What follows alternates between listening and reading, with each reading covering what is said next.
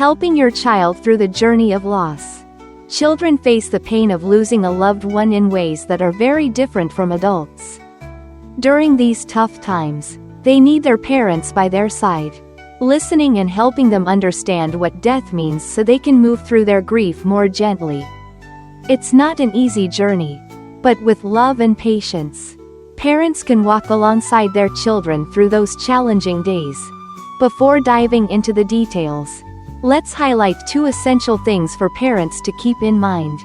First, encourage your child to express their grief in a healthy way and talk to them about the loss. Second, when the family goes through such a big change, try to keep daily routines as steady as possible to help your child feel secure and less anxious. Children experience loss differently than adults. Have you ever noticed how a child might cry one moment and then run off to play the next after losing someone they love? It sounds strange, but it doesn't mean they're not hurting. Kids have their own unique way of dealing with pain. Unlike us adults, playing is just their way of shielding themselves from being overwhelmed by big emotions. They might feel sadness, guilt, thinking they did something wrong, or worry about what's coming next.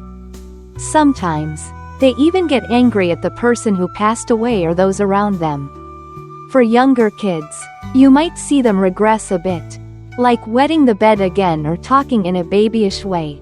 Don't worry, this is just their natural response to loss. What parents can do is watch, listen, and accept whatever feelings they're going through. Encouraging kids to share their pain. Hey, did you know that letting your child talk about what they're feeling is a really big step? Don't push them to hide their sadness or act tough.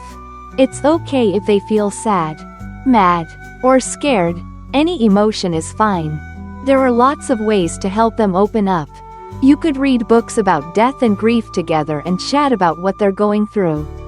If they're not good with words, try encouraging them to draw pictures. Make a scrapbook about the person they lost. Look through family photo albums, or share stories they remember. For little ones who don't yet grasp what death means, you don't need to go into too much detail. Just answer their questions simply and honestly. The key is to avoid softening the truth with phrases like, "Grandpa went to sleep," or "Grandma went far away." That can confuse them and leave them waiting endlessly for someone who won't come back. Instead, if your family has religious beliefs, you could explain it that way. Or you might tell them that even though the person is gone, they still live on in our hearts and memories. Attending the funeral. Now, here's a question many parents wrestle with. Should I take my child to the funeral? Honestly, there's no one-size-fits-all answer. It's a personal choice for you and your child. A funeral can help them understand that the person is truly gone. But for some kids, it might be too overwhelming. If they don't want to go, don't force them. If they're okay with attending, take some time to tell them what to expect. Let them know it's a sad event, that people might cry, and if there's a casket, explain that beforehand so they're not caught off guard. Even with all the preparation, they might still feel uneasy or act in ways you didn't expect. If you see the funeral isn't helping them, don't stress. There are other ways for them to say goodbye. Like planting a tree, sharing happy memories, or releasing balloons into the sky together. Parents shouldn't ignore their own pain. Have you noticed how kids often look to their parents to figure out how to handle tough feelings? When you cry or show sadness, it lets them know it's normal to feel that way. But the trick is to express it in a healthy way. Don't bottle it up, but also don't let your emotions explode out of control. If you yell or get overly angry, they might pick up on that and think it's the only way to cope.